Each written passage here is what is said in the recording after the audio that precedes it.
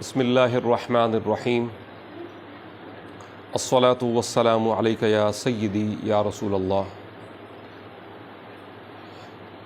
آج کا یہ کلپ گزشتہ شب جو بارگاہ رسالت مآب صلی اللہ علیہ وآلہ وصحبہ وبارک وسلم ہمیں شدید اور بارگاہ رسالت مآب کے تمام تقاضائے ادب کو بالائے طاق رکھتے ہوئے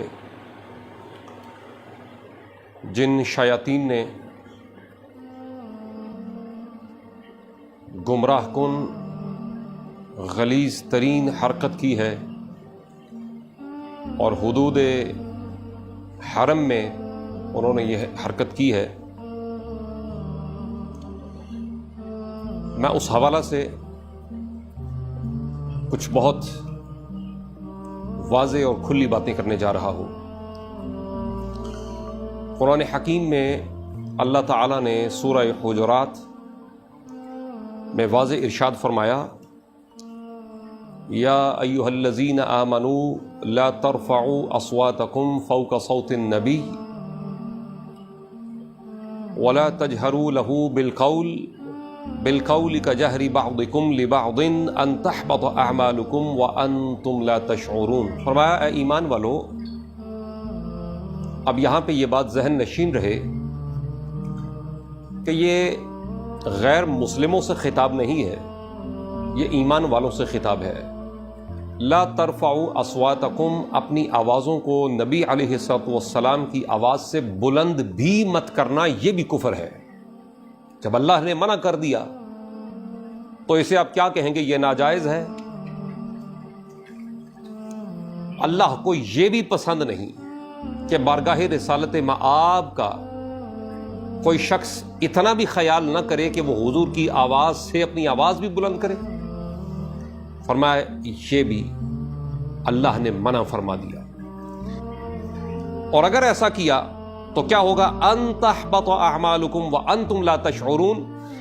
فرمایا وہ جن اعمال پہ تم سمجھتے ہو کہ تمہاری آخرت جن سے جڑی ہے، جن سے وہ سرخرو تم ہو سکتے ہو، فرمایا ان تحبط اعمالکم، اعمالکم صرف فرما کے اللہ نے یہ واضح فرما دیا کہ یہ نہیں کہ چند اعمال اس میں سے کوئی اعمال ہم لے، فرمایا نہیں، اعمالکم سارے اعمال، تمام کے تمام اعمال جنہیں تم نیکیوں میں شمار کرتے ہو، جنہیں تم حسنات میں شمار کرتے ہو، جنہیں تم اچھائیوں میں شمار، فرمایا وہ سب کے سب برباد کر دیے جائیں گے۔ کیوں؟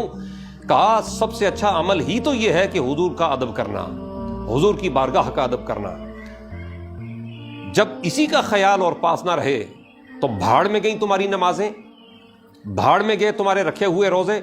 بھئی جس نے تمہیں نماز دی ہے اگر اس ذات کا ادب نہیں ہے تو پھر تم بھلے روزے رکھو، تم نمازیں پڑھو، تم قرآن کی تلاوت کرو، تم جو مرضی کرو، اگر حضور کا ادب اور پاس اور خیال نہیں ہے تو پھر سب کچھ تمہارا ضائع ہے۔ اور کیسا ضائع ہے؟ فرمایا وَأَنْتُمْ لَا تَشْعُرُونَ، اس کی بھنک بھی اللہ نے نہ ہونے دی۔ اس بارگاہ کا ادب کیا ہے؟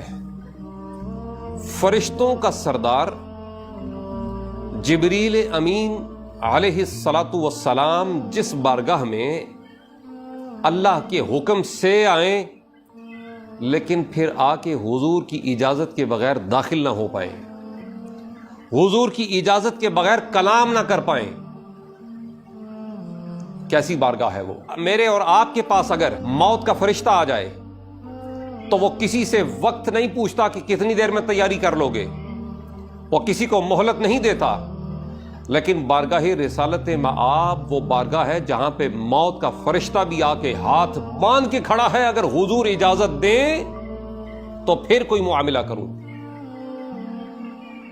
حضور فرمائیں تو ایسا کروں۔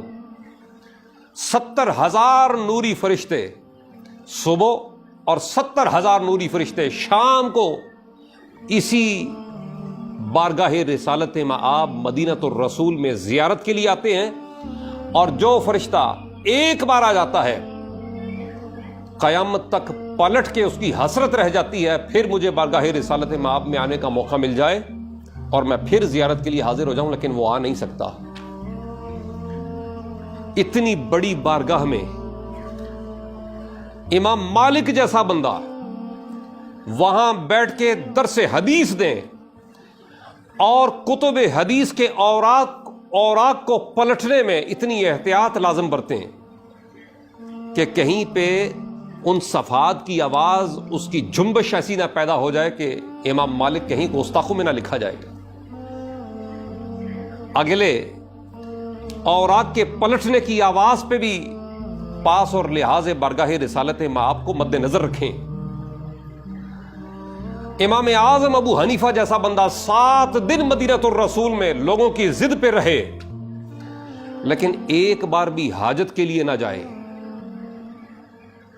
ایک بار بھی وہ پیشاب اور پاخانے کے لیے مدینۃ الرسول کی کسی زمین کے حصے کا انتخاب نہ کرے، صرف اس بات کے لیے کہ امام اعظم فرماتے ہیں کہ میرا ضمیر، میرا ایمان یہ گوارا نہیں کرتا کہ جس زمین کے حصے پہ نبی علیہ الصلوۃ والسلام کے جا بجا قدم لگے ہوں وہاں پہ ابو حنیفہ یہ حرکت کرے۔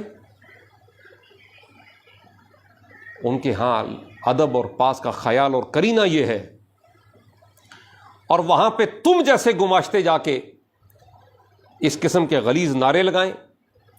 تمہاری غلیظ پارٹی نے جو تمہاری تربیت کی ہے، اگر اس کے تم اتنے پابند ہو اس کو ماننے کے، تو کم از کم اپنے ملک کی حدود اور قیود میں رہ کے یہ غلاظت کرو۔